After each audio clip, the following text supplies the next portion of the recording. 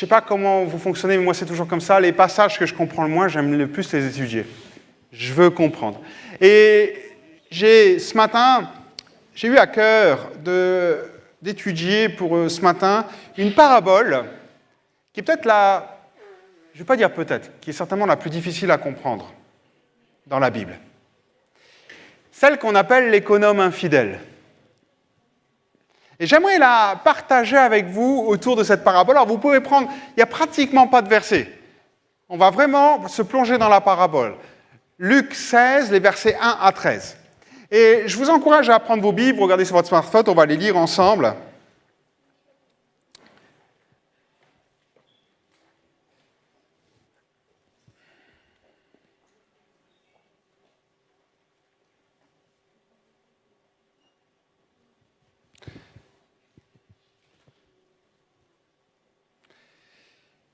On a intitulé cette parabole, le titre de cette prédication, « Être un bon gérant pour un royaume prospère ». Alors c'est vrai que cette parabole a la réputation d'être la plus difficile à comprendre, et je vais vous expliquer pourquoi. Et je pense que vous avez déjà la réponse. Tout compte fait, elle est la plus difficile à comprendre parce qu'on ne comprend pas que quelqu'un qui est malhonnête soit loué au travers de cette malhonnêteté. D'accord ? On va le lire ensemble, on va l'expliquer. Maintenant, on ne la comprend pas non plus parce qu'il y a deux manières d'interpréter une parabole que Jésus dit. La première manière, c'est on identifie tout le monde et tout ce qui est là. La parabole du semeur, on sait que le champ, c'est le cœur. On sait que la semence, c'est la parole de Dieu. On sait que le champ ou le terrain, et puis il peut y avoir des choses dedans. On sait que le semeur, c'est la personne de Dieu, et Jésus en particulier. On sait que l'oiseau qui vient prendre, c'est le diable. Donc tout est identifié. Ici, mais ça c'est la première manière de voir une parabole, de comprendre une parabole. Chaque personnage est identifié. Mais après, il y a d'autres paraboles où on ne peut pas s'identifier au personnage. Je prends la parabole du juge inique. Donc, on a un juge qui est égoïste, qui ne respecte pas Dieu, qui n'a égard pour personne, qui ne suit pas les lois de Dieu, et tout compte fait, on ne peut pas dire « Ah ben ça c'est Dieu parce qu'il a le pouvoir ». Vous comprenez bien que c'est incompatible. Et en même temps, on voit une vieille dame qui va réclamer au juge unique qu'il lui rende justice. Et dans cette parabole, on ne peut pas identifier le juge à Dieu et la vieille dame aux chrétiens, bien qu'à la limite, la vieille dame, on peut l'identifier aux chrétiens. Non, ici, la manière de comprendre, c'est une comparaison, je vais dire un gros mot, hyperbolique. C'est-à-dire qu'on va exagérer des faits pour montrer que Dieu est totalement différent. En gros, dans la parabole du juge inique, ce qu'on est occupé tout simplement de montrer, c'est si sur terre il y a des gens qui cèdent à vos requêtes, aussi méchants soient-ils, notre Dieu qui lui est bon, bienveillant, rempli d'amour, à combien plus forte raison il vous entendra. C'est ça la leçon de la parabole du juge inique. Et ici, en fait, dans la parabole de l'économe infidèle, c'est exactement le même principe. On ne peut pas identifier Dieu à un maître qui loue quelqu'un pour ses mauvaises actions. Et en même temps, qui d'entre nous, on peut se dire « Ah ben moi, je suis l'économe infidèle ». D'accord ? Donc ici, on a en effet un effet de comparaison, et c'est comme ça qu'on va l'aborder. Comparer ce qui se passe sur Terre pour en tirer des leçons, pour nous dans l'éternité, des leçons spirituelles. Donc, on va un petit peu plus loin, et c'est là que le sujet va fâcher. On a fermé les portes, vous ne pouvez plus sortir maintenant. Parce que quand on regarde le contexte de la parabole, vous qui avez vos Bibles ouvertes, dites-moi la parabole qui est avant. Quelle est la parabole qui est avant ? Le fils prodigue. Ah, vous allez me dire, le fils prodigue, bah oui, mais c'est Dieu qui va chercher, on voit l'amour de Dieu. Oui, mais la parabole du fils prodigue, ok, je veux bien voir qu'on parle d'amour dans cette parabole, mais on parle aussi de gestion des biens. Le fils prodigue a mal géré les biens de son père. Dites-moi la parabole qui est après l'économe infidèle. Le riche et Lazare. Et là, encore une fois, on voit un riche qui a mal géré ses biens sur terre. On est en fait dans un contexte de parabole qui parle de la gestion de nos biens sur terre. Donc c'est là que vous êtes obligé de m'aimer. Jusqu'à la fin de la prédication. Il n'y a pas d'amen là, hein ? Seigneur, je n'aurais pas dû m'engager dans cette voie-là. Si j'aurais su, je n'aurais pas venu ce matin. En fait, dans cette parabole, Jésus va mettre en avant le mauvais emploi des richesses qu'on peut avoir sur terre. Alors, on va regarder ensemble ces choses-là. Commençons à lire Luc 16, le verset 1, et on va lire les 2 premiers versets. Jésus dit aussi à ses disciples, un homme riche avait un économe, qui lui fut dénoncé comme dissipant ses biens. Il l'appela et lui dit, « Qu'est-ce que j'entends dire de toi? Rends compte de ton administration, car tu ne pourras plus administrer mes biens. » Bon, il y a cette notion, donc je dirais, de comparaison. Je ne peux pas dire que l'homme riche, c'est Dieu. Et vous comprenez pourquoi. Mais je ne peux pas dire non plus que l'économe infidèle, c'est nous. Mais il y a une comparaison dans ce qui se passe sur terre, et Jésus va faire un parallèle avec ce qui peut se passer dans le domaine spirituel. Bien sûr que l'homme riche est comparé à Dieu de par ses richesses. Qu'est-ce que nous dit la Bible? Psaume 24, verset 1. « À l'Éternel la terre et ce qu'elle renferme, le monde et ceux qui l'habitent. » Donc en effet, on ne peut pas ignorer que tout ce qu'il y a sur cette terre appartient à Dieu. Vous le découvrez? Vous n'êtes pas d'accord avec moi? Je sais, en général, quand on parle de gestion de biens, il y a tout le monde qui ne dit plus rien. C'est silence. Et le pire, c'est ceux qui croisent leurs bras. Et après, il y a ceux qui croisent leurs bras qui font... Je ne suis pas d'accord. Voilà. Non, mais j'en ai... Voilà. Bon, soit. Et donc, on s'aperçoit que l'homme riche confie ses biens, sa gestion de ses biens, à un économe.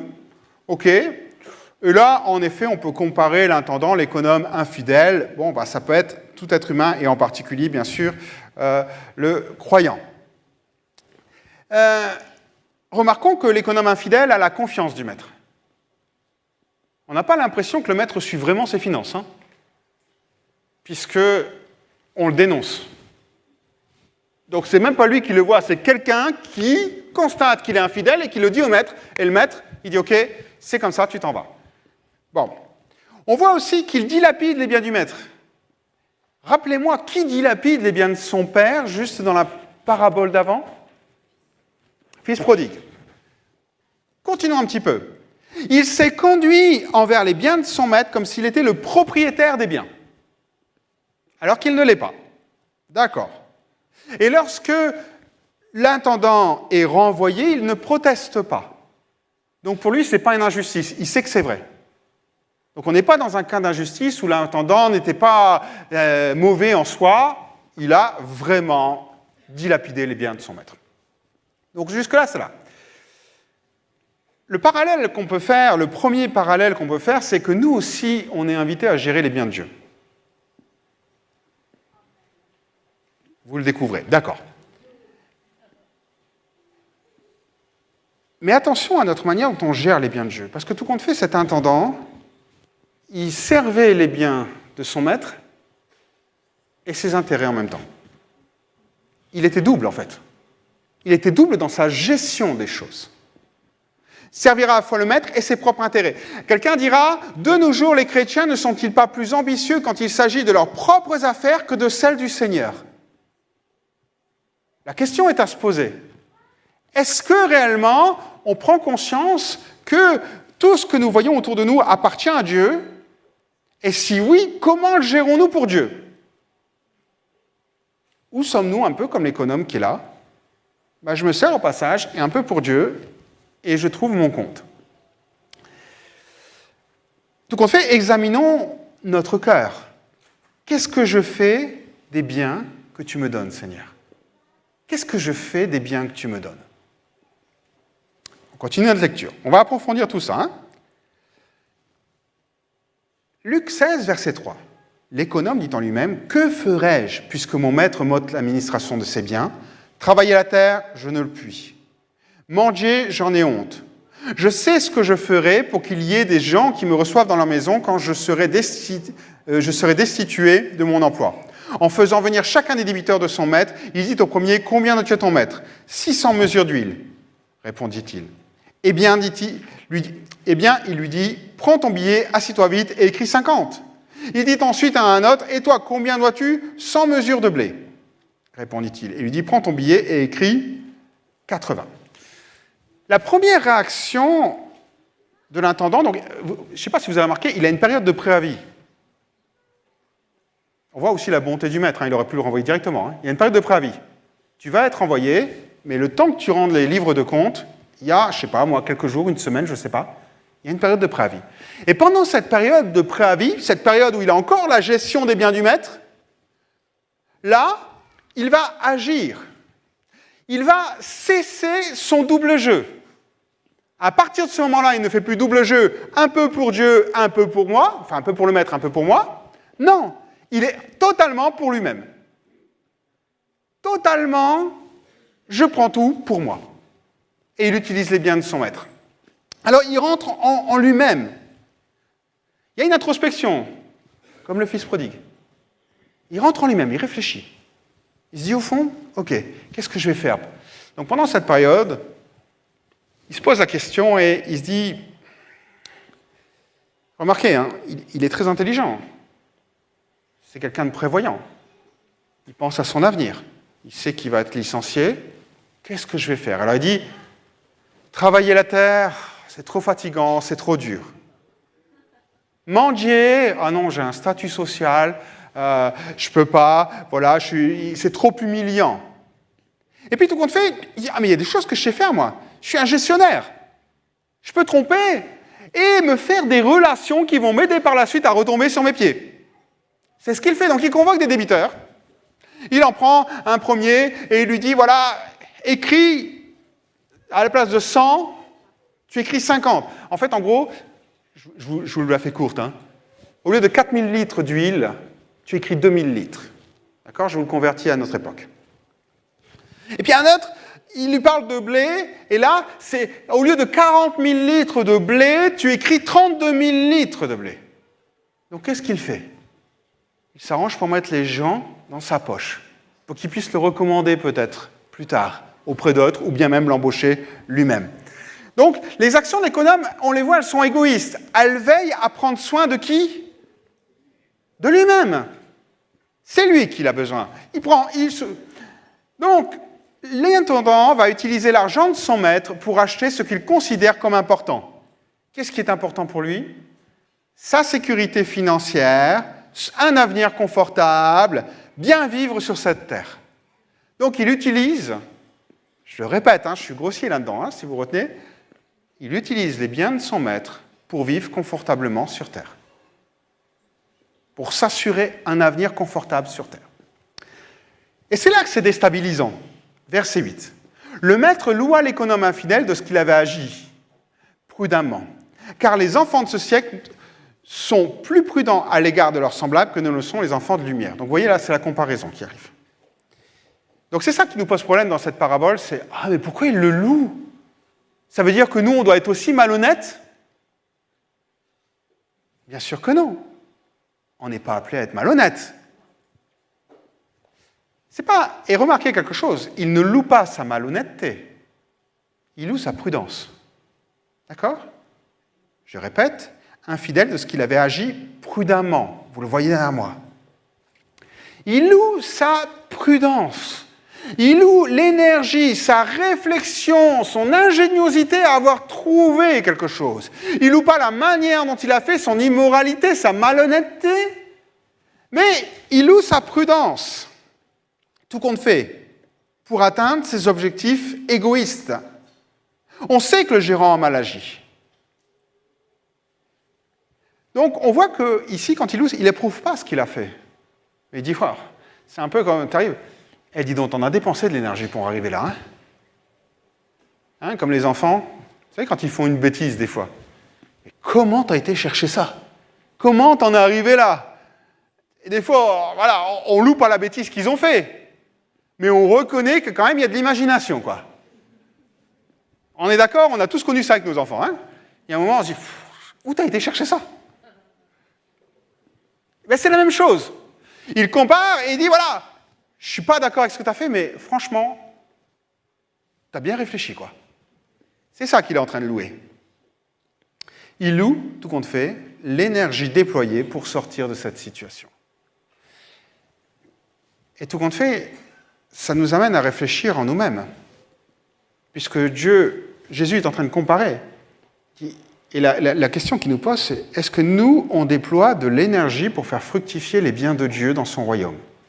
Quelle énergie déployons-nous pour faire fructifier les biens de Dieu dans son royaume? Chacun à notre échelle, puisque nous sommes tous des économes de Dieu, des gestionnaires de Dieu. Donc il nous a tous confié quelque chose. Et vous avez remarqué, je reste dans le matériel. Tout à l'heure, j'écoutais Vanessa qui nous conduisait dans ce chant « Abandonne, je m'abandonne en toi », c'est quelque chose, je te donne mon cœur.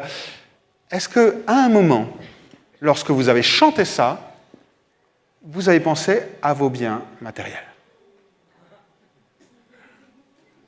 Je te les abandonne, Seigneur. Waouh! Désolé de jeter un pavé, mais comme j'ai dit, vous n'avez pas le droit de ne pas m'aimer. Mais c'est ça, en fait. C'est exactement ce qu'il est occupé de dire. On est prêt à abandonner nos rêves, nos objectifs, nos pensées, nos capacités, ce qu'on va faire, notre temps, notre consécration, notre temps de prière, notre venue à l'église. On est prêt à abandonner plein de choses. Mais ça, t'y touches pas. C'est à moi. Et on se retrouve un peu, d'une certaine manière, comme le gérant, enfin le gestionnaire, un peu pour Dieu, un peu pour moi, et à gérer ces choses-là. On va aller plus loin. Donc, on ne doit pas imiter la manière, mais l'ingéniosité déployée, la prudence, la sagesse, la prévoyance.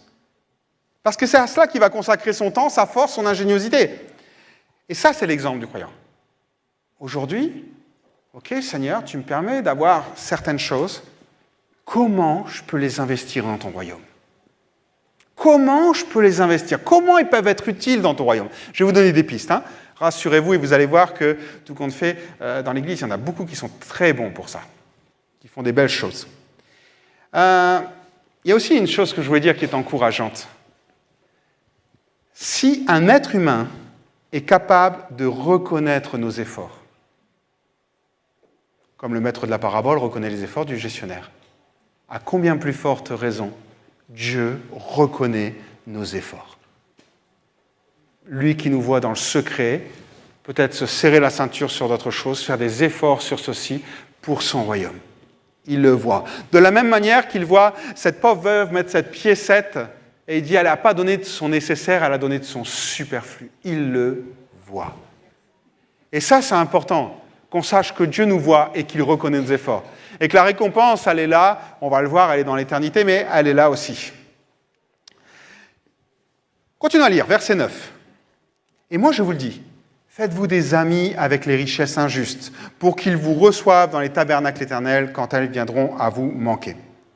Donc, on le comprend, avec les richesses de son maître, l'intendant se fait des relations. Et Dieu dit, non, vous, en tant que croyants, Jésus est occupé de nous expliquer, ce n'est pas des relations que vous devez faire, c'est amener des gens dans l'éternité, dans les tabernacles éternels.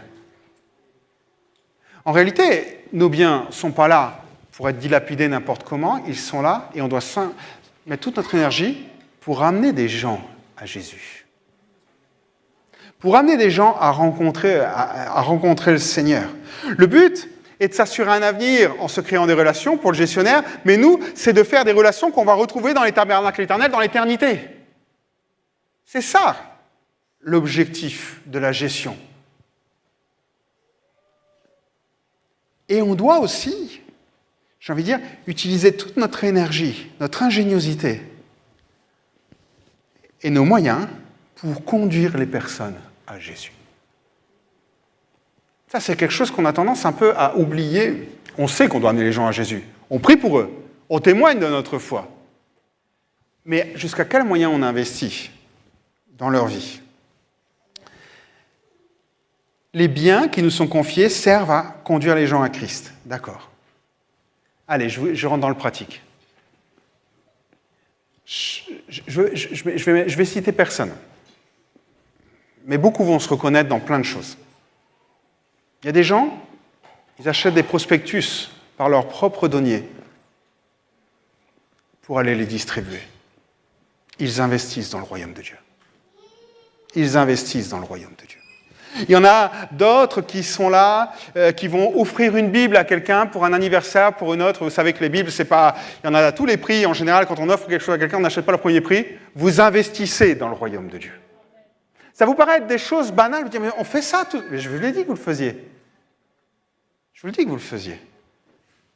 Mais on investit dans le royaume de Dieu, en offrant la parole de Dieu à quelqu'un. C'est vos moyens que vous mettez au service.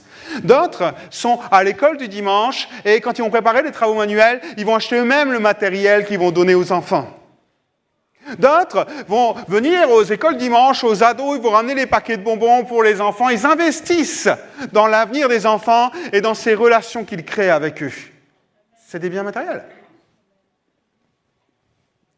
D'autres se disent, moi ce que je veux, peut-être c'est une équipe de pastorale qui peut être à temps plein et à l'œuvre, et je voudrais qu'ils soient plus nombreux, et merci Seigneur si vous l'entendez, mais voilà, et on va investir. Il y en a qui vont dire, je veux investir là-dedans, je veux qu'on ait d'autres pasteurs pour pouvoir être plus nombreux. Et là aussi c'est un investissement. D'autres vont regarder le bâtiment. Ils vont dire, voilà, moi je veux investir dans le bâtiment, et ils vont être fidèles dimanche après dimanche dans le tronc des travaux. Et ils vont dire, moi je veux que l'Église avance de ce domaine-là. D'autres vont acheter des outils. Pas forcément parce qu'ils en ont besoin, mais parce que ça va servir à l'Église. Ils investissent dans le royaume de Dieu.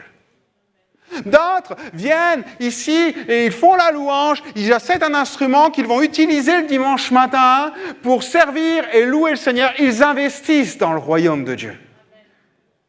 D'autres vont venir ici bénévolement dans la semaine, ils vont mettre de l'essence, c'est peut-être pas facile tous les mois, mais ils arrivent à la fin du mois, ils mettent de l'essence, ils viennent ici, ils dépensent des pleins, ils sont parfois à plusieurs dizaines de kilomètres, ils investissent dans le royaume de Dieu.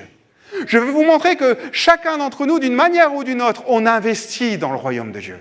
La vraie question, est-ce qu'on peut investir plus ou pas? Et ça regarde que nous. C'est entre nous et Dieu. Il y a plein de domaines comme ça. D'autres vont dire, moi j'aime les plus démunis, je veux aider les plus démunis. Et ils vont mettre de l'argent quand le tronc de l'AFP va passer. Et ils vont dire, c'est là que je veux agir. Pourquoi il y a tant de différences? Parce qu'on a chacun, au fond de nous-mêmes, des choses qui brûlent sur notre cœur. Des choses que le Saint-Esprit dépose sur les cœurs. Il y a des gens qu'on ne voit pas, qui vont faire un don à un autre parce que le Saint-Esprit leur a mis sur le cœur ceci, qui vont apporter quelque chose, qui vont visiter, qui vont inviter. Bref, ils investissent dans le royaume de Dieu avec des biens matériels. Vous allez dire, mais c'est tellement naturel. Mais oui, ça devrait être naturel, ça devrait être encore plus naturel. On est des gestionnaires. Ce que nous avons ne nous appartient pas assez à Dieu. Alors on le met au profit de l'Éternel. D'une manière ou d'une autre, en fonction de ce que le Saint-Esprit met sur notre cœur. On ne peut pas mettre partout. On ne peut pas mettre partout. Il y a 4 troncs qui passent, en plus de la dîme tous les mois. Je suis désolé, ça doit être compliqué pour la plupart, pour ne pas dire tout le monde ici, de mettre dans tous les troncs. Mais si vous mettez dans les troncs que le Saint-Esprit vous met à ce cœur, eh bien vous faites le rôle d'un gestionnaire. Vous faites le rôle d'un gestionnaire. Et à ce moment-là, vous pouvez dire, Seigneur, toutes mes richesses sont centrées sur l'œuvre de Jésus-Christ. Toutes mes richesses, elles servent Jésus. Et Dieu nous conduira afin que l'argent qu'il nous confie puisse porter du fruit pour l'avancement de son royaume. Donc en fait, ce qui est assez surprenant, c'est que on a cet économe infidèle qui utilise le stratagème pour trouver comment sortir de cette situation et il prend les biens de son maître et il les gère mal, enfin à ses propres profits. Et nous qui avons les biens du maître, on doit utiliser aussi des stratagèmes d'ingéniosité, pas mauvais, mais se dire au fond, Seigneur, comment je peux investir avec ce que tu m'as donné dans ton royaume? Où tu veux que j'investisse? Qu'est-ce que tu veux que je fasse? Et ça, c'est quelque chose de très personnel. Comment les biens que nous avons reçus peuvent servir les intérêts du royaume? Continuons notre parabole. Luc 16, verset 10. Je vais vous inviter à regarder le mot qui se répète dans ce passage. Et on va voir les 3 idées qui sont derrière ce mot. Celui qui est fidèle dans les moindres choses l'est aussi dans les grandes, et celui qui est injuste dans les moindres choses l'est aussi dans les grandes. Si donc vous n'avez pas été fidèle dans les richesses injustes, qui vous confiera les véritables? Et si vous n'avez pas été fidèle dans ce qui est à autrui, qui vous donnera ce qui est à vous? Bon, j'ai lu en TGV. Hein. C'est pour pas que vous... Quel est le mot qui se répète? Fidélité. Dans un contexte de gestion, Jésus souligne la fidélité. Ça doit aussi nous interpeller, parce que la fidélité, qui dit fidélité, dit constance, quel que soit ce qu'on peut rencontrer. La fidélité, bien sûr, c'est le mot foi, c'est le mot confiance, qui est là. Donc le verset 10, il dit « Celui qui est fidèle dans les moindres choses est aussi dans les grandes, et celui qui est injuste dans les moindres choses est aussi dans les moindres choses. » À tous ceux qui sont millionnaires au milieu de nous, vous êtes nombreux. Vous ne le savez pas encore. Lorsque Jésus dit « celui qui est fidèle dans les moindres choses », il parle des richesses terrestres. Vous pouvez être millionnaire sur terre. Pour Dieu, c'est une petite chose. Nous, ça nous paraît énorme, impensable, inimaginable. Mais pour Dieu, c'est une petite chose. Parce que les grandes choses sont spirituelles. Alors si aujourd'hui, avec la pièce d'1 € qu'on a, on sait gérer, Dieu va nous filer des milliards dans le ciel, si je peux dire ça comme ça. Je fais une comparaison hyperbolique, vous l'avez compris. Si vous ne savez pas hyperbolique, vous réécoutez la prédication au début. Donc la gestion de nos biens sur cette terre est un test pour notre gestion dans l'éternité. Les choses spirituelles nécessiteront une gestion encore plus rigoureuse, plus grande que celle qui nous a été confiée sur terre. Ne me demandez pas comment, mais si ce qu'on vit sur terre, c'est moindre par rapport à ce qu'on va vivre dans l'éternité, vous pouvez être milliardaire ce matin, c'est tout petit par rapport à ce que vous allez recevoir dans l'éternité.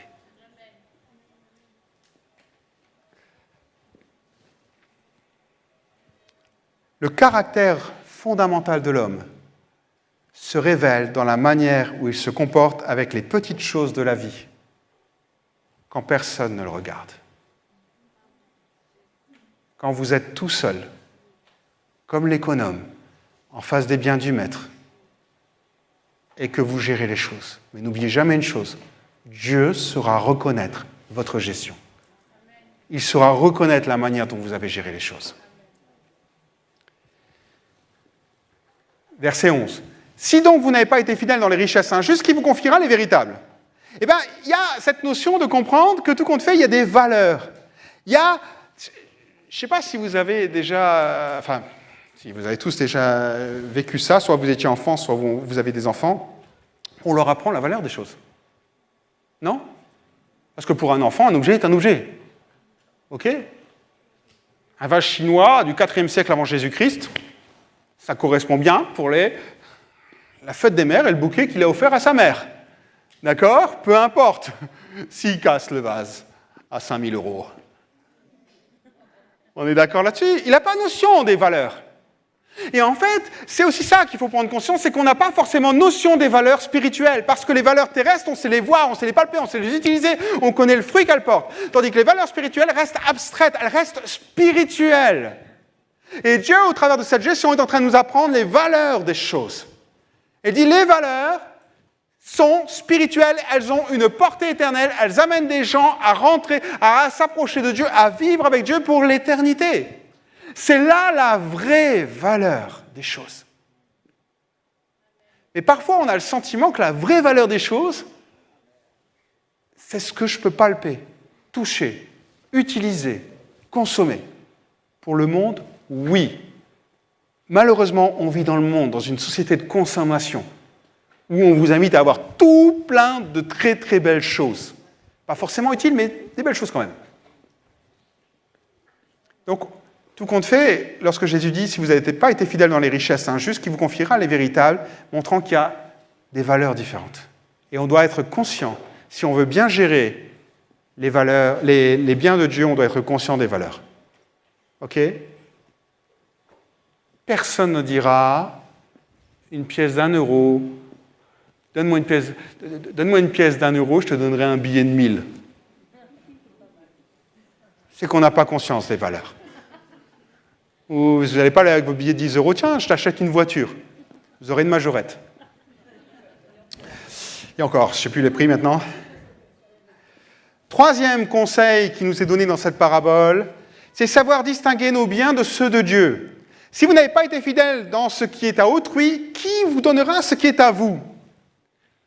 Allez, on va faire un petit jeu. Je vous le répète, vous ne pouvez pas sortir. On a vu tout à l'heure avec le verset en Psaume 24 que tout ce qui appartenait sur cette terre, tout ce qui était sur cette terre est à Dieu.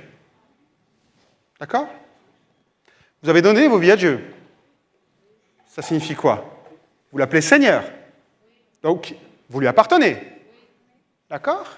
Vous êtes des doulos, à l'oreille percée. Ah, les esclaves à l'oreille percée. Revoir la prédication d'il y a plusieurs semaines.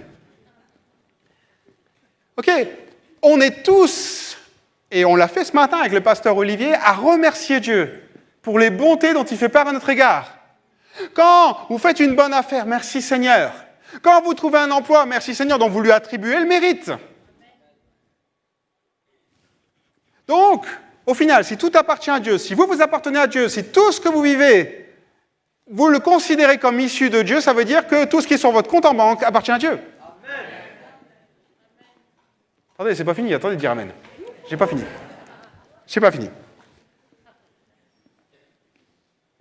Alors, je vais aller plus loin. C'est là que vous allez grincer des dents. Lorsqu'on parle de dîme, bon, 10%, hein, on donne sa dîme. Bon, c'est très bien. Seigneur, je te donne 10%? Ou bien, Seigneur, merci parce que je peux garder 90%. Si tout ce que nous avons vient de Dieu, 100% appartient à Dieu. Donner 10%, c'est rendre à Dieu 10% sur les 100%. Ça veut dire que je garde 90%. Merci Seigneur pour les 90% que je gagne. Vous comprenez le raisonnement? Comment on conçoit ça? Lorsqu'on donne de l'argent pour le royaume de Dieu, lorsqu'on investit, là je parle de dîme, je parle d'offrande, je mélange un peu tout, mais vous ferez le tri. Lorsque je donne ma dîme, est-ce que je donne 10% ou je garde 90%? Verre d'eau à moitié vide et à moitié plein. Hein? C'est le même principe. Si tout appartient à Dieu, dans ce cas-là, c'est 100% qui appartient à Dieu. Mais il me demande que 10%. Donc il me permet de garder 90%. Ça change, hein, notre vision des choses. Parce qu'on a l'impression que c'est un sacrifice. Seigneur, je dois donner quelque chose. Tu ne donnes pas ce qui est à toi puisque tu reconnais que c'est Dieu qui te l'a donné. Donc tu donnes et tu rends simplement ce qui est à Dieu. Et encore, il ne te demande pas tout. Il te demande juste, excusez-moi de dire ça, hein, 10%. Alors, je prends 10%, après on ne va pas rentrer dans les polémiques sur savoir la dîme, est-ce que c'est 10% ou pas. Ok, ça je vous laisse là-dessus, il n'y a pas de souci. Je vous ferai un enseignement une prochaine fois, on fermera les portes là à double tour. Mais voilà. Mais vous remarquez une chose, est-ce que vous remarquez la confiance que Dieu a en nous pour nous confier 100% et dire je vais te le laisser gérer? Tout ce que tu as, si tu reconnais que c'est Dieu qui te le donne, Dieu te dit je te fais confiance pour cette gestion. Je te fais confiance, que tu sois au SMIC ou que tu gagnes plusieurs milliers d'euros par mois, je te fais confiance que tu vas bien le gérer pour les intérêts du royaume de Dieu. Waouh! Et maintenant, on comprend pourquoi Dieu dit celui qui est fidèle. Parce que Dieu nous fait confiance. On va un petit peu plus loin encore? Donc, vous comprenez qu'on est des intendants. On n'est pas propriétaire. Mais on doit agir dans l'intérêt du propriétaire. Et tout compte fait, j'ai presque envie de dire, à un moment, quand on a les biens qui sont là, l'argent, on se dit, Seigneur, comment je peux utiliser ça pour ton intérêt? J'ai cité plein d'exemples qui sont là. Plein de choses qui sont là. Dans l'investissement, et ça ne passe pas forcément par un tronc, j'ai cité des choses qui peuvent être en rapport avec l'Église, mais il y a des gens formidables ici qui font des choses aussi pour la mission et pour d'autres choses. Et c'est très bien aussi. Donc, est-ce que mes biens, mes finances servent Dieu? Allez, je conclus, je ne vous embête pas plus longtemps. Verset 13. C'est pas le plus marrant. Nul serviteur ne peut servir deux maîtres. Donc, Okay? Car ou il haïra l'un, ou il aimera l'autre, ou il s'attachera à l'un et méprisera l'autre. Vous ne pouvez servir Dieu et Mammon. Donc on s'aperçoit bien, c'est un contexte matériel. Je ne vous parle pas de consécration, je ne vous parle pas d'abandonner vos rêves, je vous parle dans un contexte matériel parce que c'est le contexte de la parabole. Après, vous pouvez l'étendre comme vous voulez, mais c'est le contexte de la parabole. Et Jésus est en train de dire Dieu ou Mammon. Ce qui est assez surprenant, c'est que dans l'Ancien Testament, c'est Yahweh ou Baal. Et on bascule dans le Nouveau Testament, celui qui est en concurrence de Dieu, c'est Mammon. Mammon, c'est le dieu des richesses, c'est le dieu de l'argent. Et Jésus dit, si votre cœur est attaché à l'argent, où est la place de Dieu? On ne peut pas aimer les deux. Au pire, on peut être comme l'économe avant qu'il soit dénoncé. Je prends un peu et je donne un peu. Ce qui n'est pas forcément la meilleure chose.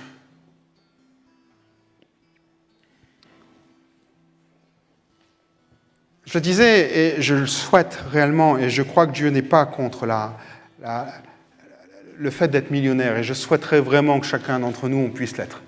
Ça permettrait à certains qui sont dans les détresses et dans les problématiques financières et qui n'ont pas demandé qu'ils puissent en sortir. Et ça, je le souhaiterais réellement par rapport à tout ça. Et je ne suis pas contre le fait. J'ai connu des gens qui ont de l'argent et franchement, ils étaient des exemples de gestion. Ils étaient capables de casser des crédits pour donner à l'Église ou pour donner dans des projets. Ils étaient capables d'utiliser les entreprises dont ils étaient responsables pour financer certaines choses dans l'Église. J'ai vu des gens remarquables dans ce domaine-là et il y en a qui le sont aussi dans le peu qu'ils ont, la petite retraite qu'ils ont. Ils dépensent des sommes qui sont faramineuses par rapport à la retraite qu'ils ont pour investir dans le royaume de Dieu. Et je le dis à chacun et tous ceux qui investissent d'une manière ou d'une autre, Dieu vous voit. Dieu vous reconnaît. Dieu le sait, ce que vous faites. Peut-être que personne ne le voit parce que vous êtes discret. Personne ne veut peut-être le reconnaître parce qu'ils n'ont pas... peut-être on ne sait pas ce qu'il y a sur votre compte en banque, on ne sait pas combien vous touchez. Et peut-être qu'on se dit, ah, c'est normal. Alors que vous savez que vous vous saignez. Mais Dieu le voit. Dieu voit les efforts que vous faites pour amener des gens à rencontrer Dieu. Le problème, je le disais donc, ce n'est pas l'argent. Le problème, c'est l'amour de l'argent.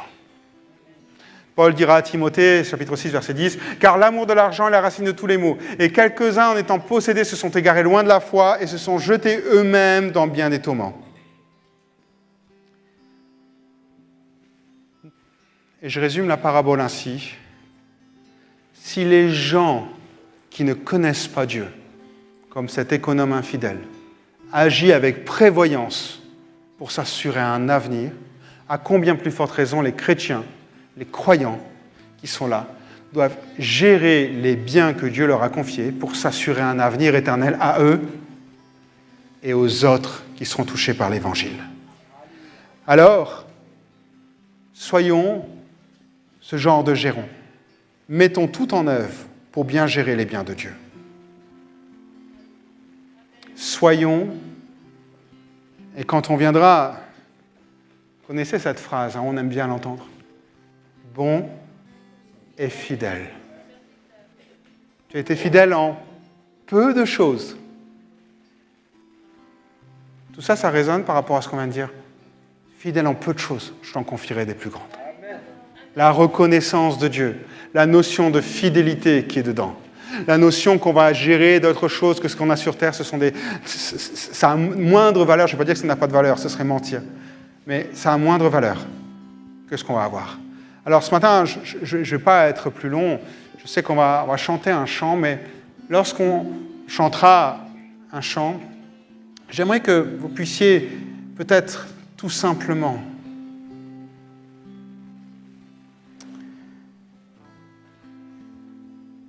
permettez-moi encore peut-être de faire juste de remercier des gens.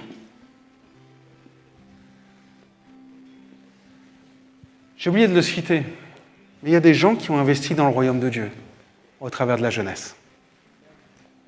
Combien d'entre vous ont peut-être donné selon leurs moyens 10 euros, 100 euros plus pour que les jeunes puissent aller à ECHO? Aujourd'hui, l'Église, vous avez participé à ça, vous avez investi dans le royaume de Dieu. Vous avez donné à peu près 4 500 euros. Le prix pour chaque jeune était de 308 €. Il est descendu à 160.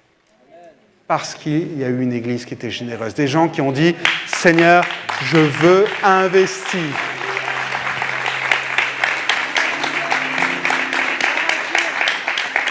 Et en tant que parent, et peut-être au nom des parents, j'espère que je ne fais pas d'impair, je vous remercie. Je vous remercie parce qu'il y a des familles où il y a plusieurs enfants qui vont y aller. Et on ne peut pas imaginer ce que ça donne. 160 €, transport, logement, repas, séminaire. Merci pour votre générosité et votre investissement. Alors, si vous le permettez, on va chanter ensemble, on va prendre ce temps devant Dieu. Et j'aimerais vraiment que si on a un moment où on chante ce chant qui dit « Je te donne tout, ou entre les mains j'abandonne », réfléchissez bien aux paroles que vous êtes en train de dire. Réfléchissez bien aux paroles que vous dites. Et dites pas juste « Je t'abandonne tout ». Vous risqueriez d'entendre le Seigneur dire « Vraiment tout ? Es-tu sûr de ce que tu es occupé de chanter ?